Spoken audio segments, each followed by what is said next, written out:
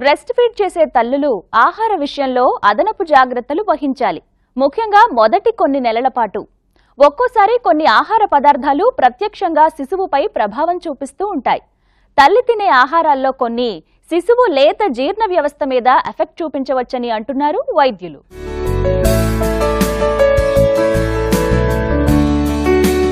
ప్రెగ్నెన్సీలో కంటే కూడా డెలివరీ తరువాత ముఖ్యంగా బ్రెస్ట్ ఫీడ్ చేస్తున్న స్త్రీలకి ఆహారం విషయంలో ఇది వద్దు, ఇది తినొచ్చు, ఇలా పోలేడు కండిషన్స్ వర్తించడం చూడొచ్చు. తల్లిపాల రూపంలో శిశువుకి ఆహారం వెడుతుంది కాబట్టి తల్లి తినే ఆహారం శిశువుపై ప్రభావం చూపించగలదు. ఈ ఉద్దేశంతో కొన్నిటికి దూరంగా ఉండాలని చెబుతూ ఉంటారు. అలాగే ప్రత్యేకించి కొన్ని ఆహారాలు ఎక్కువ మోతాదులో తీసుకోవాలని అంటూ ఉంటారు. ఈ విషయం వెనక నిజానిజాలు చూస్తే తీసుకోకూడని ఆహారము అనే ఏదన్నా ఉంది అని అంటే కనుక ముఖ్యంగా కలర్స్ యాడ్ చేసినటువంటి ఆహార పదార్థాలు తీసుకోకుండా ఉండటం చాలా ఇంపార్టెంట్ అనమాట. ఎందుకంటే కలర్స్ అనేవి ఇమీడియట్గా మదర్స్ మిల్క్లో రిఫ్లెక్ట్ అయ్యే ఛాన్సెస్ ఎక్కువగా ఉంటాయి. బేబీ అది తీసుకుంటే బేబీకి ఏంటంటే లివర్ ఇమీడియట్గా దాన్ని మెటబలైజ్ చేసుకునేంత కెపాసిటీ కలిగి ఉండదు అనమాట. ఫంక్షనాలిటీ పూర్తిగా ఉండదు కాబట్టి బేబీస్కి. సో కలర్ యాడ్ చేసినటువంటి ఆహార పదార్థాలు తీసుకోకుండా ఉండటం అనేది ఇంపార్టెంట్ అనమాట. కంపల్సరీ కలర్ యాడ్ చేసినటువంటి ఆహార పదార్థాలు అవాయిడ్ చేయటం అనేది చాలా ఇంపార్టెంట్. పాలు ఇచ్చినంత కాలము కలర్ యాడ్ చేసినటువంటి ఆహార పదార్థాలకి దూరంగా ఉండటం అంటే బయట ఆహార పదార్థాలకి దూరంగా ఉండి ఇంట్లో ఆహారం తయారు చేసుకుని ఫ్రెష్గా ఆహారం తయారు చేసుకుని ఎప్పటికప్పుడు తీసుకోవటం అనేది చాలా మంచి పద్ధతి. నవజాత శిశువులు తల్లిపాలు తాగుతున్నా సరే ఒక్కోసారి బాగా చికాకు పెట్టినట్టు ఏడుస్తూ ఉంటారు. తల్లి తినే ఆహారం ప్రభావం డైరెక్ట్గా తల్లిపాల ద్వారా శిశువుపై పడుతుందా అనే సందేహం కూడా ఉంటుంది. ఉదాహరణకి తల్లి కనుక తీసుకునే ఆహారాల రంగు, రుచి పాల ద్వారా శిశువుకి వెడుతుందా అని బ్రెస్ట్ ఫీడ్ చేసే మదర్స్ అడుగుతూ ఉంటారు.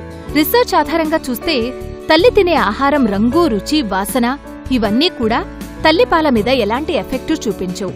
అంతేకాదు వీటి వల్ల తల్లిపాల రంగు కాని రుచి కాని ఏమాత్రం మారదు. కాకపోతే ప్రత్యేకించి తల్లి ఏదైనా ఫుడ్ తిన్నప్పుడే బేబీ ఇబ్బంది పడుతోంది అంటే వాటిని గమనించుకుని ఆపివేయడం మంచిది. ఈ ఎక్కువగా ఏడవడం అనేది కడుపు నొప్పి వల్ల అయితే పెద్ద ప్రాబ్లం కాదు. అది ఎందుకు ఏడుస్తారు, కడుపు నొప్పైనా కాదా అని కనుక్కోవడానికి ఆ కాళ్ళు లోపలికి మడుచుకొని పొట్టకేసి ఒత్తుకొని తర్వాత తను కొంచెం గాలి వదిలేసిన తర్వాత రిలీఫ్ వస్తూ ఉంటుంది. అట్లా రిలీఫ్ వచ్చింది అంటే అది కామన్గా అబ్డామినల్ కాలిక్ అంటాం. మొదటి 3 వారాల్లో ఎందుకు చూస్తాము అంటే ఆ టైంలో తల్లిపాలు సరిగా ఎస్టాబ్లిష్ అవ్వకపోవచ్చు.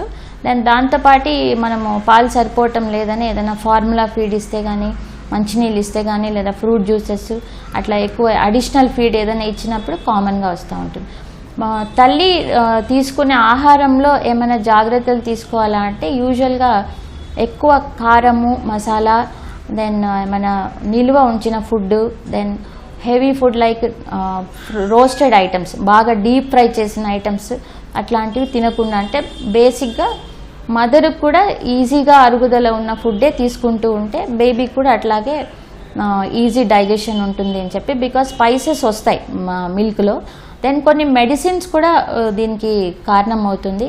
Mostly high dose of vitamins, తర్వాత యాంటీబయాటిక్స్, దెన్ ఏదైనా నొప్పి టాబ్లెట్ తీసుకునేటప్పుడు మదర్కి ఎట్లా గ్యాస్ట్రైటిస్ వస్తుందో అదే మాదిరి బేబీకి కూడా వచ్చే ఛాన్స్ ఉంటుంది. జీవనరేఖ విమెన్స్ హెల్త్ లో ఇవాల్టి హెల్త్ టిప్ ఏంటో చూద్దామా?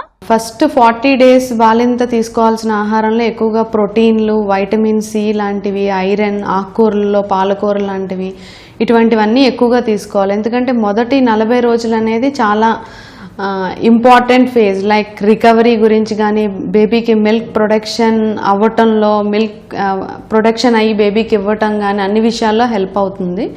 సో తీసుకునే ఫుడ్లో ఎక్కువ లిక్విడ్స్ ఉండటం, ప్రోటీన్ అనేది మొలకల ఫామ్లో కానీ, దాల్స్లో కానీ, లేదా తీసుకునే ఐరన్ అనేది వైటమిన్ సి, ఆరెంజెస్ కానీ, అండ్ కాల్షియం అనేది ఎక్కువగా ఉండేటట్టు చూసుకోవాలి తీసుకునే డైట్లో. సో ఖచ్చితంగా రోజు 2-3 గ్లాసెస్ మిల్క్ కానీ, లేదా ఏదైనా కీర్ ఫామ్లో ఉదయం సాయంత్రం ఉండేటట్టు డేట్స్ లేదా ఆల్మండ్స్ లాంటివి యాడ్ చేసుకొని తీసుకోవచ్చు.